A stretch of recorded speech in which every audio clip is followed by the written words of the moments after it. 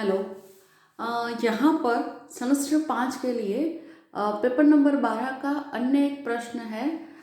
काव्य दोष की चर्चा, काव्य दोष का अर्थ स्पष्ट करते हुए प्रमुख काव्य दोष की चर्चा कीजिए।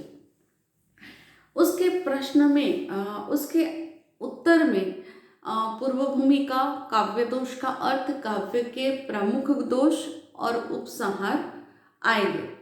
अब पूर्व भूमिका के तौर पर हम देखें तो उत्तम काव्य की रचना के लिए जिस प्रकार भिन्न भिन्न गुणों का होना आवश्यक है, उसी प्रकार वहाँ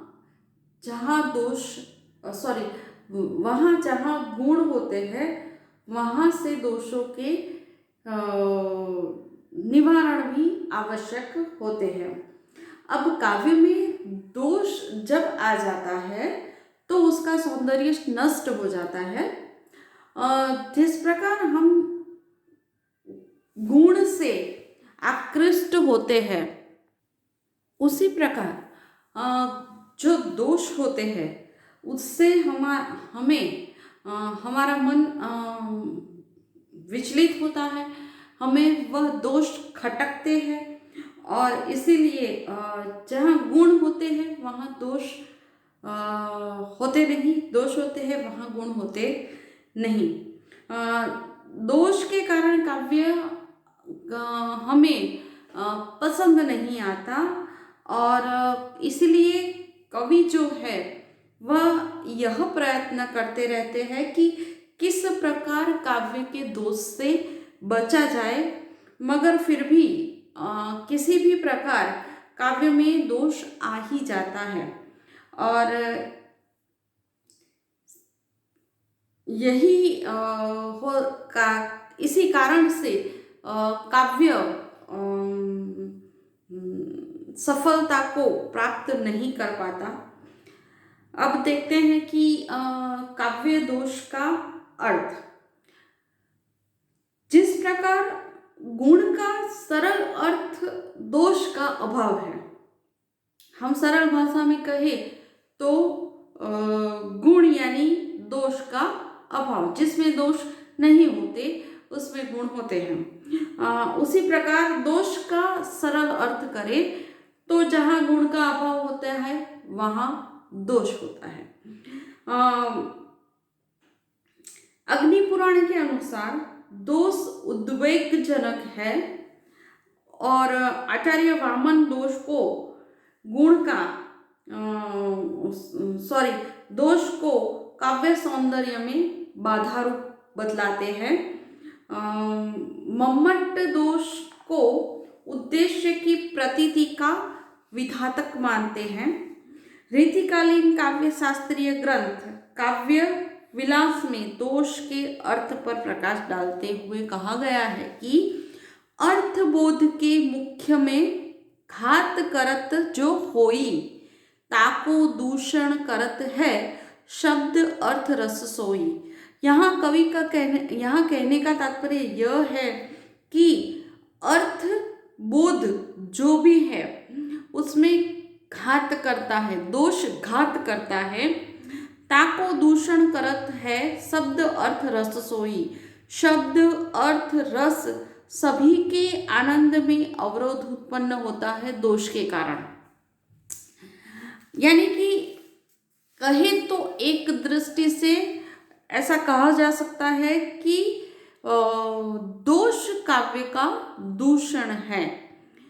काव्य के प्रमुख दोष, काव्य के प्रमुख दोष में हम देखेंगे तो जिस प्रकार काव्य के गुण भिन्न भिन्न हैं, उसी प्रकार दोष के भी अलग अलग भेद नाट्य शास्त्र के प्रणेता भरत मुनि ने बताए हैं। अगूढ़, अर्थांतर, अर्थहीन जैसे 10 प्रकार के दोष उन्होंने बताए हैं। आचार्य भामनी काव्यालंकार में 3 प्रकार के दोष बताए हैं, जैसे कि एक है सामान्य दोष, दूसरा है वाणी दोष, तीसरा है अन्य दोष, क्लिष्ट, अन्यार्थ, अवाच्य, आदि जो दोष है वह सामान्य दोष है। श्रुति कटु, अर्थ कटु, ऐसे जो दोष होते हैं वह वाणी दोष है। और एकार्थ, व्यर्थ, संशय, यह सब अन्य दोष हैं। मम्मट ने 23 प्रकार के शब्द दोष, 23 प्रकार के शब्द दोष, 23 प्रकार के अर्थ दोष, 23 प्रकार के शब्द दोष, शब्द में आने वाले दोष जो है वह 23 प्रकार के कहे हैं। तो 23 प्रकार के अर्थ दोष है, यानी कि अर्थों में जो दोष आते हैं वह 23 प्रकार के उन्होंने बताए हैं और 10 प्रकार के रस दोष गिनाए हैं। इस प्रकार उन्होंने अलग भी दोष गिनाए हैं और अलग अलग दोष भी हमें यहाँ मिलते हैं, जैसे कि छंद भंग दोष, वाक्य दोष, पुनरुक्ति दोष, ग्रामत्व दोष। यह सारे दोष जो है वह काव्य में होते हैं। उपसंहार के रूप में हम देखें तो काव्य में गुण से आकर्षण उत्पन्न होता है, दोष से अनाकर्षण उत्पन्न होता है। कवि काव्य को दोष से मुक्त रखना चाहता है, फिर भी कहीं ना कहीं दोष आ ही जाते हैं। जैसे हमने आगे देखा कि गुण 3 प्रकार के होते हैं, ओज, प्रसाद, माधुर्य। किंतु जो दोष होते हैं वह अनेक प्रकार के होते हैं। इस प्रकार हमने यहाँ दोष का अर्थ, दोष के प्रमुख काव्य के प्रमुख दोष के विषय में चर्चा की और यह प्रश्न यहाँ पर पूर्ण होता है।